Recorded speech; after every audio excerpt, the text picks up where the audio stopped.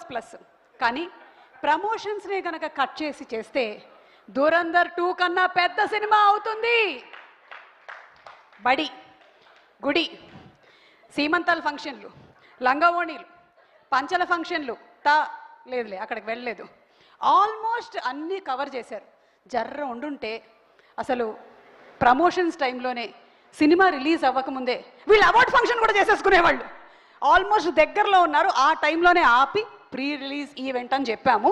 నాకు తెలిసి ఈ లాస్ట్ 2-3 డేస్ కూడా చాలా ప్లాన్ చేసుకునే ఉండుంటారు.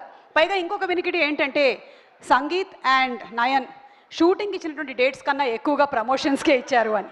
Yeah, that is the truth. Even getup Seenu కూడా బయటకు నవ్వుతున్న లోపల మాత్రం అతనికి ఓకే, ఇట్స్ ఓకే, తర్వాత మాట్లాడుకుందాము. అండ్ ఇదంతా జరగడానికి మెయిన్ కారకులు ఎవరు అంటే మన cast and crew. So recognizing all the efforts of the cast and crew, a big round of applause for Rakasa team. ఎందుకంటే టైటిల్లోనే మీకు తెలుస్తుంది మొత్తం రాత్రే షూటింగ్ జరిగి ఉంటుంది అని. కడుపు చించుకుంటే కాళ్ళ మీద పడుతుంది ఎవరికి? విజయ్ మాస్టర్ గారికి. ఆయనకు చెప్పడానికి చాలా బాధలు ఉన్నాయి, కానీ వాటన్నిటికన్నా ముందు మనం కాస్ట్ అండ్ క్రూ ఏవి ఒకసారి చూద్దాము. లెట్స్ హావ్ ద ఏవి ప్లీజ్.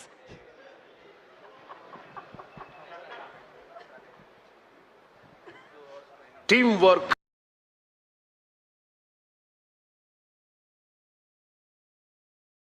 నమ్మిన కథ కోసం ద బెస్ట్ ఇవ్వడంలో అందరూ శ్రమించి ఘన విజయాలు అందుకోవడం వీళ్ల స్పెషాలిటీ.